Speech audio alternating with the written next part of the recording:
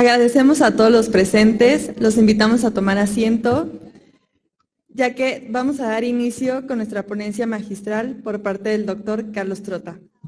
Bienvenidas y bienvenidos de nuevo a este gran evento de farmacovigilancia. Recibamos, por favor, con un fuerte aplauso al doctor Carlos Trota, expresidente de Médicos Sin Fronteras de América Latina, quien nos hablará de los desafíos y soluciones en farmacovigilancia en entornos humanitarios.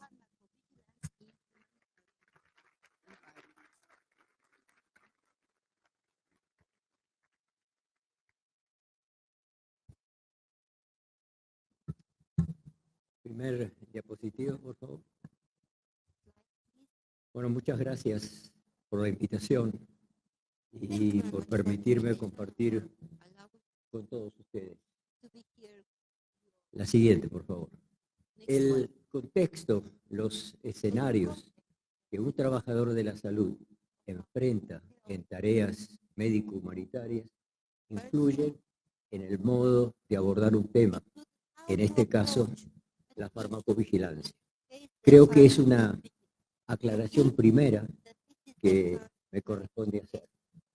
La siguiente.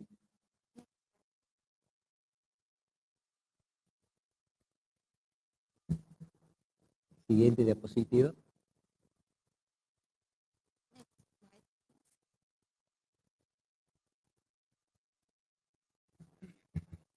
No me cabe duda que los aspectos estrictamente técnicos serán aquí tratados en profundidad por especialistas que conocen la materia mejor que yo. Pero permitan que me atreva a ampliar el alcance del concepto de farmacovigilancia a los efectos de la discusión y análisis en esta reunión. La siguiente, por favor. La siguiente, por favor. Lo intentaré hacer en base a mi tarea y vivencias como médico cirujano en una organización médico-humanitaria, en este caso Médicos Sin Fronteras, organización de la cual, aclaro desde ya, no soy vocero y por tanto lo que diga es de mi única y exclusiva responsabilidad. La siguiente, por favor. Resumir más de 4 décadas de ayuda médico-humanitaria no es tarea fácil, pero lo haré muy resumidamente. Médicos Sin Fronteras, la que sigue, por favor.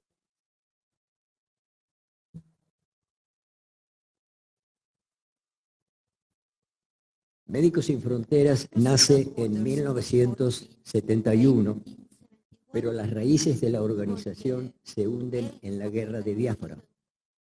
En 1967, tras años de convulsiones, la provincia nigeriana de Biafra declara unilateralmente su independencia y comienza un conflicto brutal. Biafra es cercada por el ejército nigeriano. El bloqueo no tarda en provocar una hambruna que diezma a una población ya debilitada por la sequía. Esto ocurre ante los ojos impotentes del Comité Internacional de la Cruz Roja que trabaja en Biafra y ve cómo incluso los hospitales son bombardeados. Varios miembros del equipo de la Cruz Roja consideran que la organización debería hacer más por denunciar lo que está ocurriendo, pero su mandato les impide hacerlo.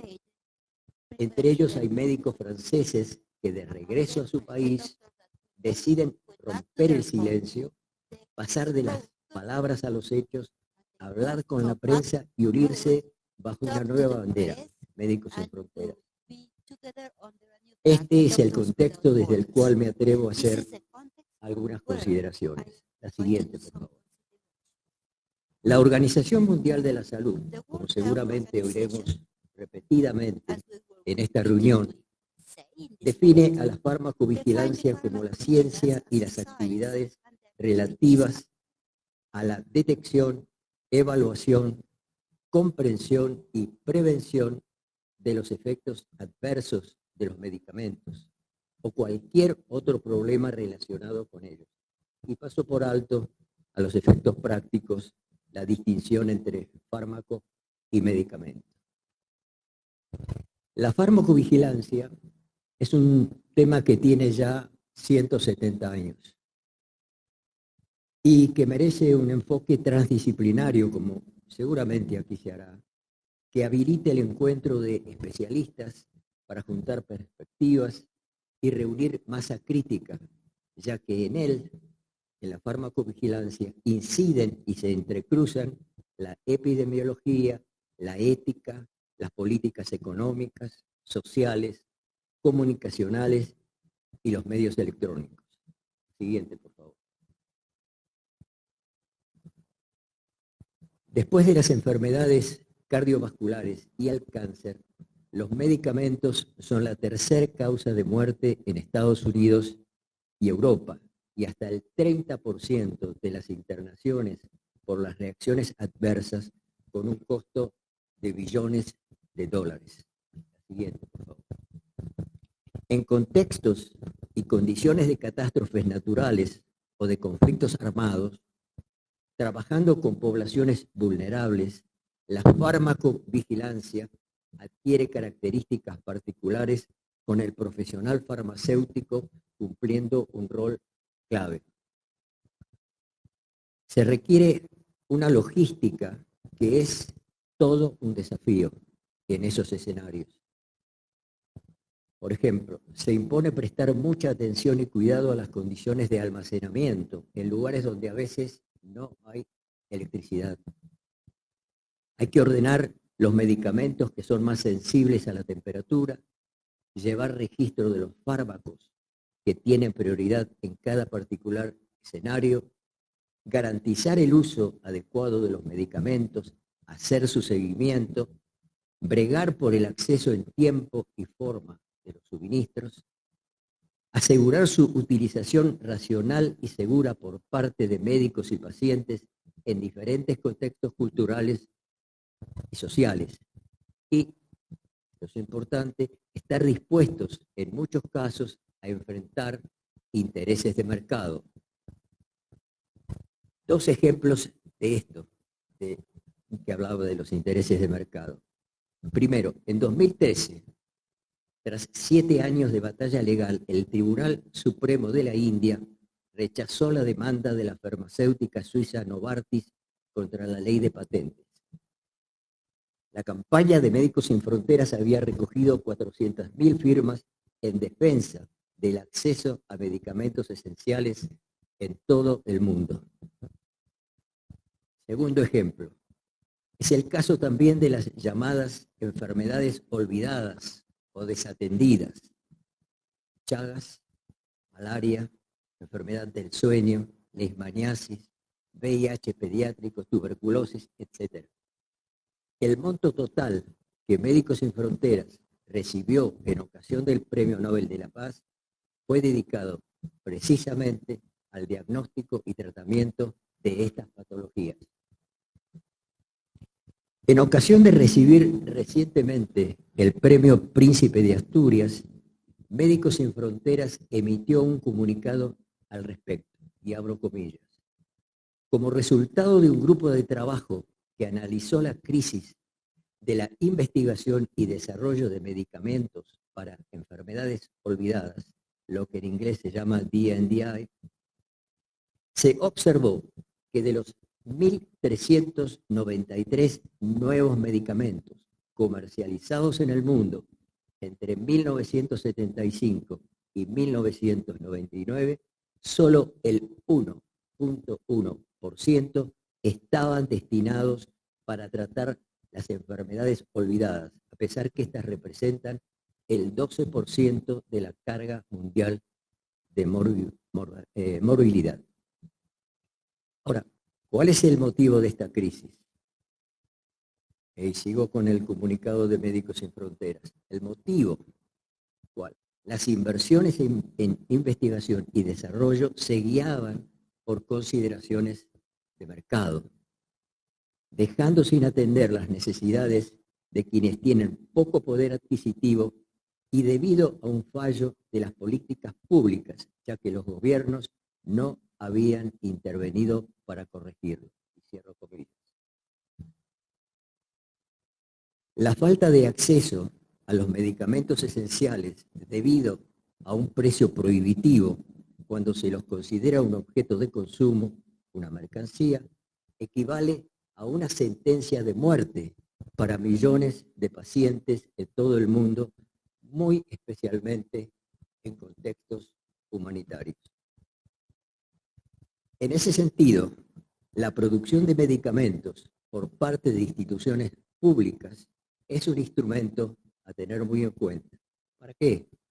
Para sustraer un bien tan preciado a la acción de corporaciones internacionales, para acceder a la fabricación de medicamentos genéricos, para regular el manejo de las patentes y para garantizar el acceso a los medicamentos y evitar así situaciones de desabastecimiento.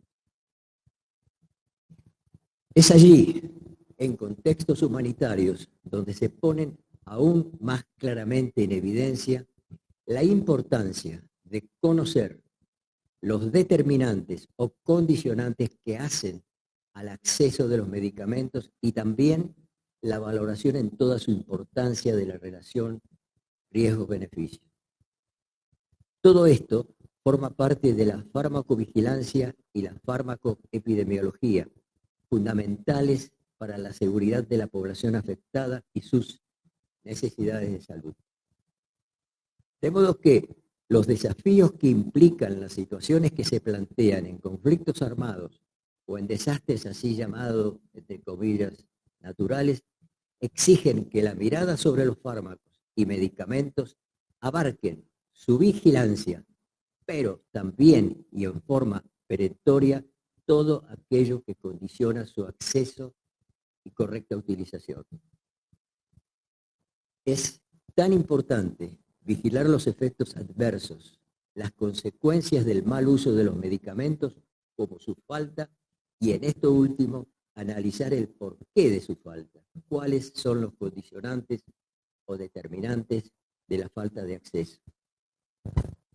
La vigilancia en cuanto al manejo de fármacos y medicamentos en escenarios de catástrofes ambientales o de conflictos armados amplía su alcance e incluye no solo la seguridad, sino todo aquello que impida su acceso, un acceso que debe ser sin fronteras económicas, geográficas o de logística.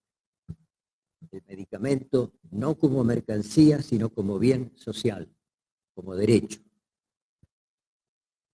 Lo dejo a consideraciones de ustedes y disculpen si sueno autorreferencial. Es una resultante de experiencias vividas al actuar como trabajador de la salud en Yemen, Siria, Gaza, Kenia, Haití, Filipinas, Sri Lanka y Sudán. Situaciones donde la sociedad demanda salir del espacio del diagnóstico para entrar en el espacio del hacer reformas radicales. Muchas gracias. Obrigado. Thanks.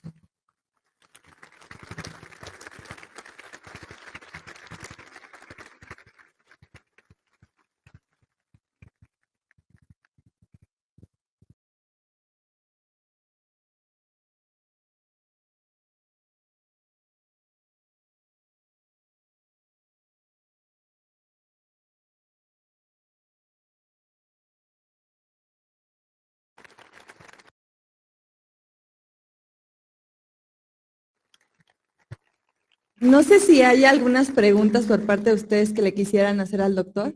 ¿Sí? Permíteme un segundo. Sí, justamente traté de no utilizar la media hora de que dispongo para la oportunidad de que si alguno de ustedes quiere hacer preguntas, yo trataré de contestarlas, si puedo.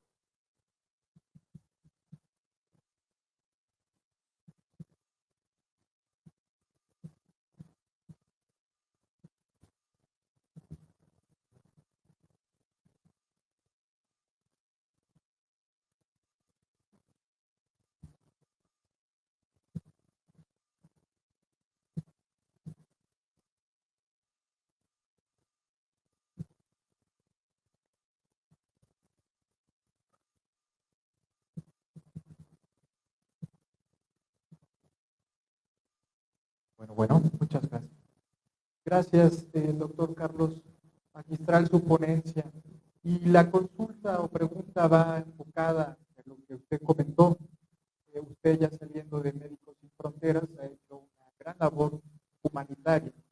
Y con su expertise quisiera consultarle qué porcentaje pudiese usted a su consideración recomendar para que aquellos países donde la Cruz Roja Internacional, que la mencionó, está enfocada, qué porcentaje a lo mejor del PIB humanitariamente pudiese enfocarse para que estas farmacéuticas ayuden a aquellos países que están en territorios ocupados, por ejemplo, en el caso de Gaza o las misiones humanitarias que usted ha tenido. Yo creo que a lo mejor, si viene bien, a lo mejor tendría que haber una reforma en la parte del derecho internacional humanitario, específicamente en el sector de salud, para que a lo mejor algunas farmacéuticas internacionales destinaran un porcentaje de sus ganancias para aquellas aportaciones humanitarias en donde hay conflictos armados. Y que la Cruz Roja Internacional y la Media Luna Roja siempre han estado muy pendientes, pero creo que hace falta mecanismos multilaterales para que ese porcentaje pueda enfocarse a aquellas poblaciones que la necesitan. ¿Qué porcentaje usted consideraría que pudiese ser el más óptimo? Muchas gracias, doctor. Gracias por la pregunta. No me corresponde a mí señalar a la Cruz Roja exactamente qué es lo que hacer con su presupuesto. En el momento actual, tanto la Cruz Roja como Médicos Sin Fronteras trabajan en forma coordinada. Por ejemplo, en este escenario de Gaza que usted nombraba, donde tuve ocasión de estar. Obviamente, como decía, la actuación es totalmente coordinada. Yo creo que si hay alguna diferencia respetuosa y respetable entre ambas organizaciones, es que los que integramos Médicos Sin Fronteras, aparte de las tareas específicas de asistencia, en mi caso quirúrgica, existe la obligación ética y moral de dar testimonio después de lo que hemos visto. Es decir, no señalar en forma acusatoria a nadie en particular, pero sí decir, nosotros hemos estado aquí, hemos puesto el cuerpo y damos testimonio de lo que está pasando, para que las organizaciones que correspondan, las entidades que correspondan, actúen en consecuencia. De modo que me parece que esa es la principal diferencia, que me parece muy importante y por la cual yo me siento particularmente orgulloso de haber pertenecido y pertenecer a la organización. Pero en cuanto a lo que específicamente me preguntaba, no me atrevo a decirle a la Cruz Roja cuánto tiene que hacer. Evidentemente se necesita, lo interesante de Médicos Sin Fronteras es justamente de que no recibe aporte por parte de ningún Estado. La financiación de Médicos Sin Fronteras es exclusivamente a través de aportantes voluntarios como cualquiera de nosotros. Y eso le permite actuar con independencia en el momento de decidir, sobre todo porque en un mundo tan convulsionado como el que vivimos, las prioridades son muy difíciles de establecer y se necesita tener independencia para actuar, digamos, sin ningún tipo de presión. Y para eso es importante no depender de organismos así estatales. ¿Alguna otra pregunta?